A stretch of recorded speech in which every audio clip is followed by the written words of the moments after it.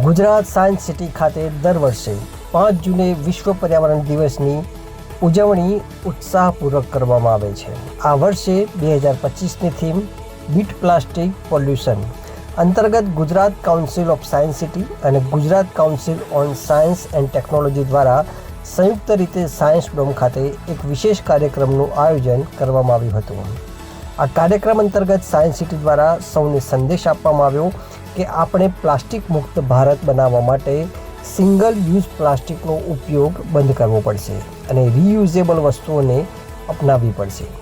Plastic પ્રદૂષણથી પર્યાવરણને થતું નુકસાન ઘટાડવા માટે રિસાયકલિંગ અંગે જાગૃતિ ખૂબ જરૂરી છે. આપણે સૌએ સાથે મળીને પૃથ્વીને સ્વચ્છ અને હરિયાળી બનાવવાની જવાબદારી લેવી પડશે. આ પ્રસંગે one nation one mission and plastic pollution સંદેશ સાથે એક બોર્ડ તૈયાર કરવામાં આવ્યું હતું, જેના પર હાજર રહેલા તમામ લોકોએ પ્લાસ્ટિક મુક્તિ માટે શપથ લઈને હસ્તાક્ષર કર્યા.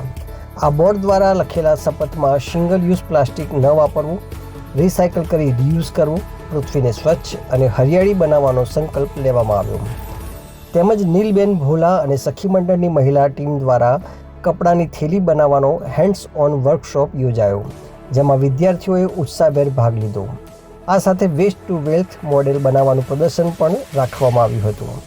આ ઉજવણીના ભાગરૂપે પરંપરાગત વૃક્ષારોપણ ઝુંબેશ પણ યોજાઈ, જેમાં સાયન્સ સિટીના સ્ટાફ દ્વારા નેચર પાર્ક ખાતે 30 વૃક્ષોના રોપાઓ લગાવવામાં આવ્યા, જેમાં લીમડો, ગરમાળો, અર્જુન સાદળ, તબુબિયા, ગુલમહોર અને કણજો જેવા વૃક્ષોનો સમાવેશ થાય છે.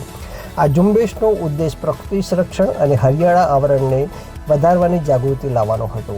આ પહેલ દ્વારા ગુજરાત સાયન્સ સિટી પર્યાવરણ પ્રત્યે જવાબદારીની ભાવનાને પ્રોત્સાહન આપે છે.